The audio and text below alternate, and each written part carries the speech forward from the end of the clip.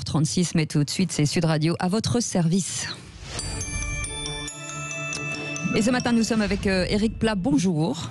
Bonjour. Vous êtes président de la Fédération du commerce coopératif qui représente environ 600 000 employés dans plus de 51 000 points de vente sous diverses enseignes, type Atoll. Quels commerces sont concernés par la Fédération du commerce coopératif déjà ? Alors, toutes les enseignes qui fonctionnent en coopérative ou en mode associé, c'est-à-dire où les membres de ces enseignes, les commerçants, sont aussi actionnaires de leurs enseignes. Il ne peut pas y avoir comme actionnaire une banque, un fonds de pension. Chaque enseigne appartient à ses membres. Donc ça représente pas mal d'enseignes, vous venez de le dire, et surtout 7% du produit intérieur brut en France, ce qui est assez considérable, avec une croissance qui est très forte. Et c'est un budget de combien ? Alors, grosso modo, l'ensemble des magasins réalisaient, parce que je ne sais pas exactement ce qui va se passer l'an prochain, mais réalisaient un petit peu moins de 160 milliards d'euros de chiffre d'affaires. Pour vous donner un ordre d'idée. Ce qui pèse quand même fortement sur l'économie quand même. Ça pèse fortement sur l'économie. On est bien d'accord. Alors, nous, on s'est parlé en avril dernier pour évoquer le coup de frein des activités en plein confinement du réseau Atoll que vous présidez. Ce matin, plus largement sur l'ensemble des adhérents, tous secteurs confondus, quel premier bilan vous pouvez dresser de cette reprise ? Je ne vous entends plus. Éric Plat, j'entends plus. Vous êtes là ? Je vous entends. Allez-y, on vous écoute. Je vous entends parfaitement. Et j'étais en train de vous dire que, d'une façon générale, l'ensemble du commerce repart très très bien. Seule exception, vous la connaissez, c'est bien sûr le tourisme, l'hôtellerie et la restauration.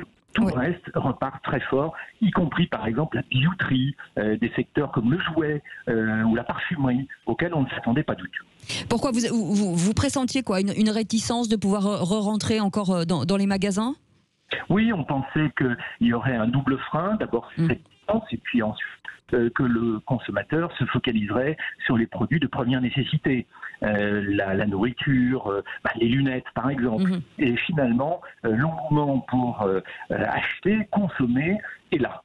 Mais vous avez pourtant extrêmement bien, vous avez largement communiqué sur le fait que les mesures sanitaires seraient mises en place, et je pense que c'est aussi cet effet-là qui a fait le retour des clients.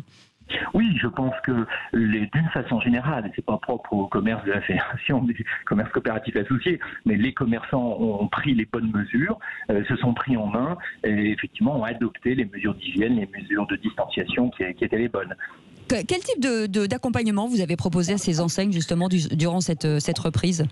Alors, une fédération comme la nôtre accompagne essentiellement sur un plan juridique et sur un plan de lobbying. Notre relation quasi hebdomadaire avec le ministère de l'économie et des finances nous a permis de faire redescendre les informations ministérielles, échanger l'économie et des finances sur les mesures qui sont les plus adéquates pour faire fonctionner nos commerces. Nous avons participé aux négociations, par exemple, sur la mise en place du PGE, sur la mise en place du chômage partiel. Donc, tous ces grands sujets ont été débattus entre le ministère et les fédérations de commerçants, dont la nôtre. On parle de vague verte après les municipales, même si elle reste relative pour certains, elle n'en est pas moins qu'elle aura un impact en tout cas sur l'engagement éthique des entreprises. Vous le sentez en tout cas sur les demandes des consommateurs ? Oui, c'est un vrai sujet de discussion avec nos clients et par exemple dans l'alimentaire, le recyclage, on vous a perdu encore. Allô, Éric Plat, on vous a perdu ? Vous êtes là ? Bon, je crois qu'on vous a perdu définitivement. On reviendra justement sur cette vague verte avec les entreprises vis-à-vis des consommateurs. On lui reposera la question. Éric Plat, président de la Fédération de commerce coopératif. En attendant, c'est le Grand Matin Sud Radio. Restez avec nous.